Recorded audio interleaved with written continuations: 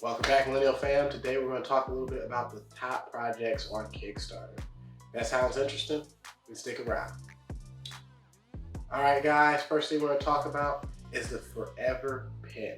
So, quick background on this pen. Everybody likes a pen. Everybody's always in the point to where they need to sign something, need to use a pen for, so whether it's like for opening the box, whether it's for signing contracts, whether it's for dating something, who knows. But we're getting a little digital now. This is true, but there's always a time where you felt like you needed a pen. Everybody's had that moment, right? Where you gotta put your signature somewhere. Somewhere. It's something that consists, the pen is not obsolete. The pencil might be, but the pen is not obsolete yet. That's like saying cursive isn't obsolete yet. It's getting there. It's getting there, but you still need it. So for that, we want to talk a little bit about the Forever Pen. The Forever Pen is a small, attachable, kind of like application that you can carry with you on like a keychain. How dare you call a pen an application? That's what I would call it. No, it's like a utility. A trinket. Okay. We'll call it a trinket. It's a small trinket you can keep on your keychain, and so that you always have a pen with you wherever you go. So it's like yay big or so. Yeah. And what's kind of cool about it, why it's called Forever Pen, is it has over 5,000 pens worth of ink in it. Is it 5,000 or 500?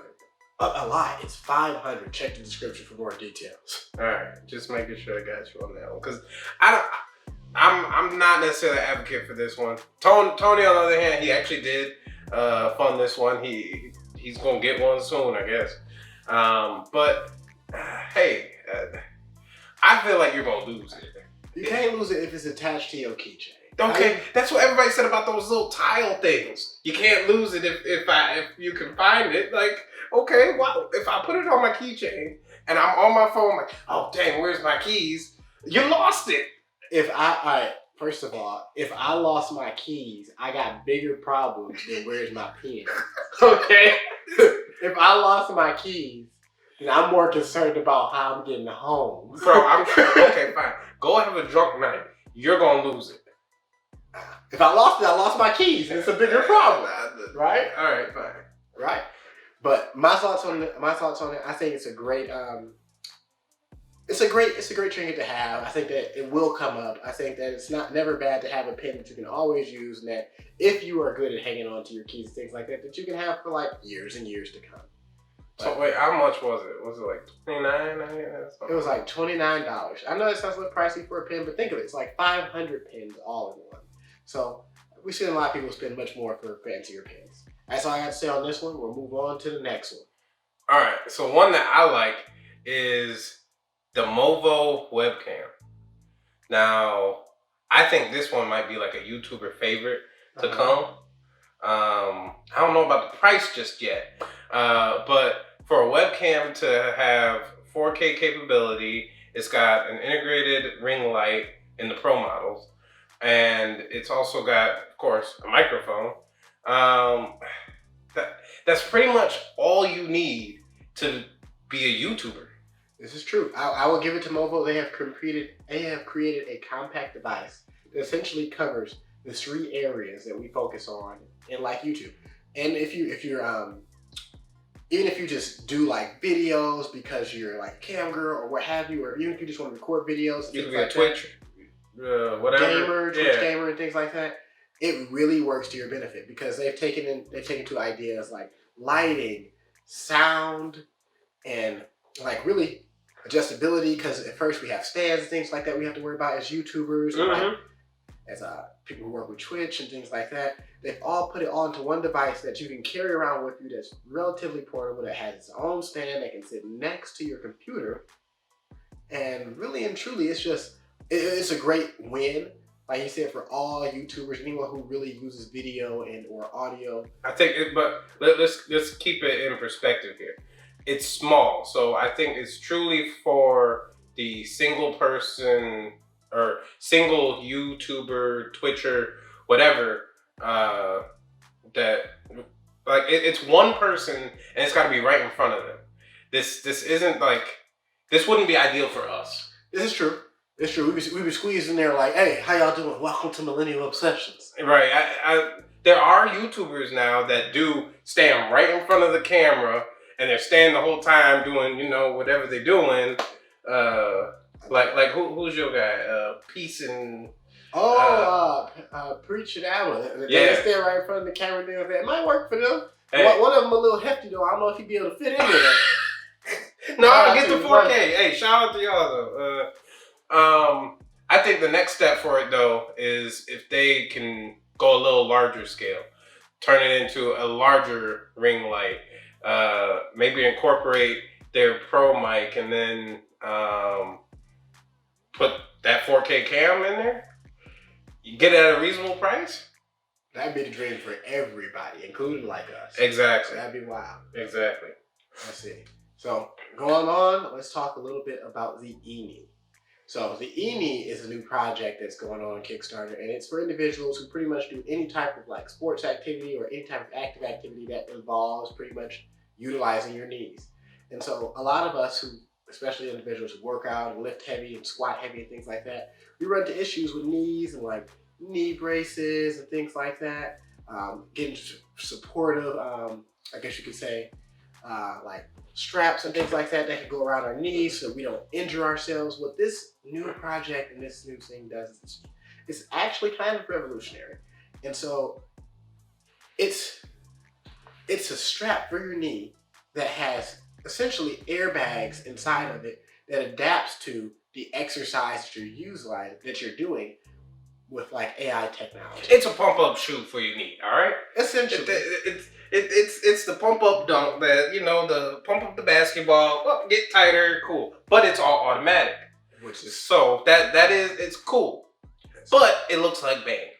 It does. So the downfall of this product, like you said, so think about it, it's very cool in the beginning because at the end of the day, who wants to have, everybody's had the problem where you've had sliding knee pads, they fall off, knee pads don't give you the right type of cushion, and they custom make these for you.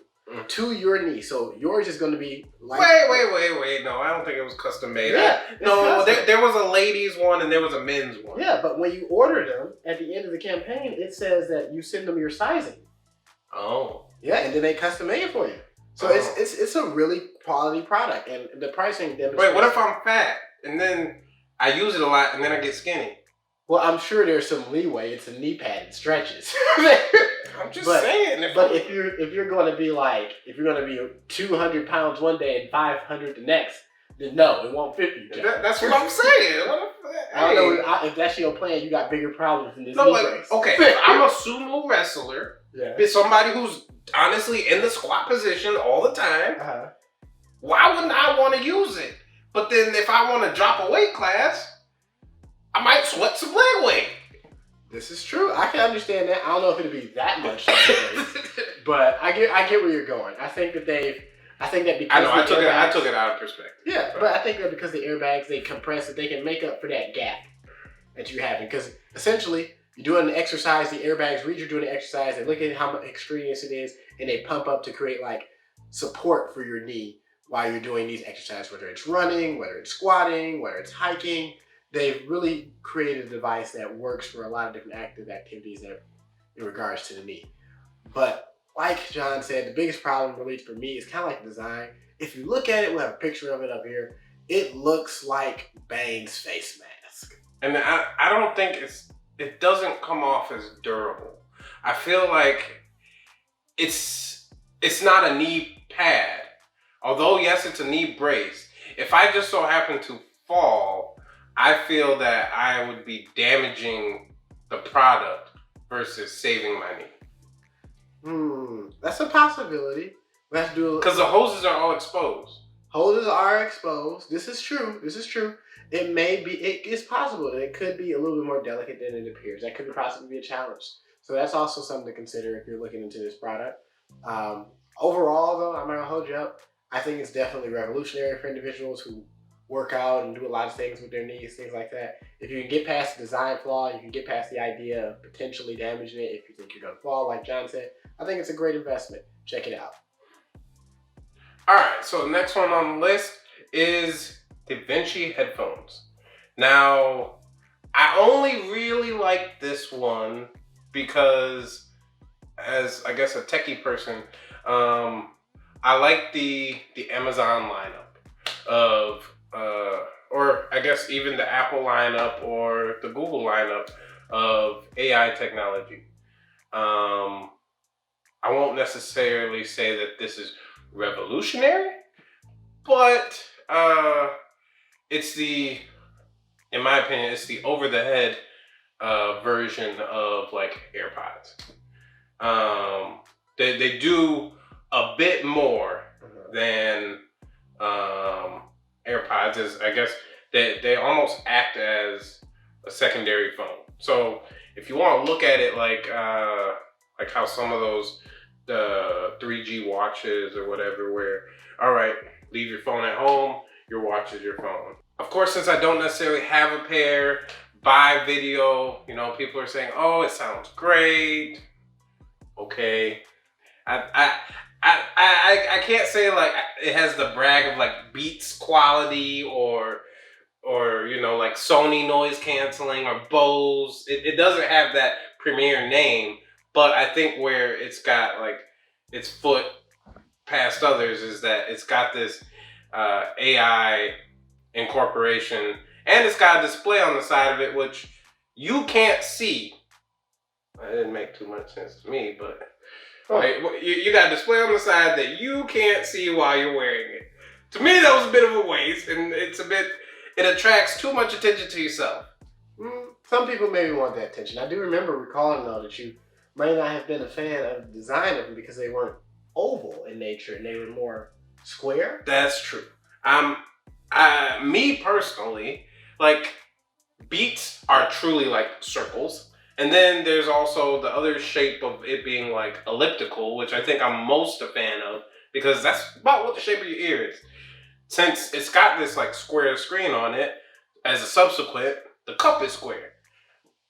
Not the biggest fan, but I think a lot of people get past it because at the end of the day, the cup is sitting on your side of your head, and as long as it's comfortable, you're fine. Fair. All right. Well then, wrapping this segment up, I do want to talk a little bit about the final item on here in the Kickstarter campaigns that we both thought was a pretty interesting item, and that is the Axis Rocketbook Notebook. So this notebook, everyone has like a diary, a notebook, even if it's virtual or if it's pen and paper. This one kind of takes both from both worlds and combines them. So if you have a physical notebook that you can write in and things like that, and that essentially has infinite pages, because what you do is you write in it and you can transfer what you're writing in it to a series of different Microsoft Suite products like OneNote and all this stuff. I think it goes to Google Cloud as well and all that. But it's not necessarily unique. This isn't the first of its kind. So I'm not quite sure what makes it special. True, but maybe it's one of those things that it's kind of almost similar to like it's a pen and it looks like it writes like a regular notebook, but at the end of the day, it has like one sheet, and when you're done, it goes away when you wipe it off with water. Any type of water, just water, gone, and then you have a brand new sheet. So it's like you have like almost like a forever diary. Wait, why do I have to have water? To wipe it off? Yeah. Maybe you didn't want it to be wiped off or smudged off. Maybe this is their fail-safe for if it's something there that you actually wanted and you didn't want to send Why it to the can't I cloud. just turn the page? They decided that it's better just to give you one page. I think it's kind of minimalist, and I kind of like the simplicity. So it's a whiteboard, in short. Similar, but it looks like a piece of paper. So if you open it and you look at it, it has more than one page that you can attach to it, but each page is different. So there might be like a grid. There might be a grid page that has grids, and then another page is like regular line paper, and then another page is more for like doodling and drawing, all of which can be sent to the cloud, even the doodles. And so I think, John's shaking his head, but I think that's kind of cool. At the end of the day, a lot of us, especially those of us who go through a lot of composition notebooks and things like that. Yeah, and those of us who have a bucket of water next to us all the time. It takes any water though. Like it's not. Oh yeah. And what you do to wipe off your tablet is your business. All I'm saying is if you have a little water, do a little sprinkle, wipe it off, and it's done. At the end of the day, what you're writing, I doubt you can't stop to do what you're writing to potentially get a napkin or anything like that and a little bit of water and wipe it off. So I'm telling you, if I'm writing notes, I'm gonna just flick it and I turn the page. If I need to flick back, I turn the page back. I hear you there, but at the end of the day, What does having a wipe next to you really kill you? You make it sound like we just all carry napkins and wet naps. Well, you carrying a notebook with a pen. What more is it to carry? A potentially disposable wipe. Alright, whatever. See?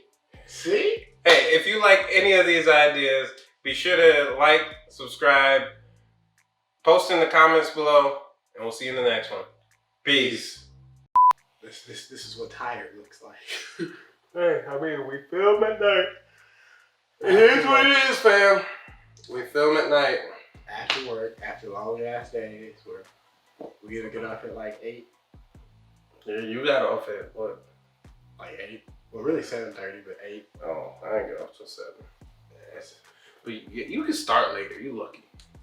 Maybe. But I don't really take a lunch. You get to eat food during the day. That's not. I don't necessarily choose to though. You don't choose to eat food. Sometimes like when you actually get into the groove of things, you don't go downstairs and get food.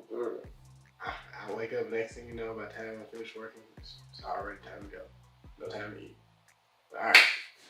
Let's get together. Here we go.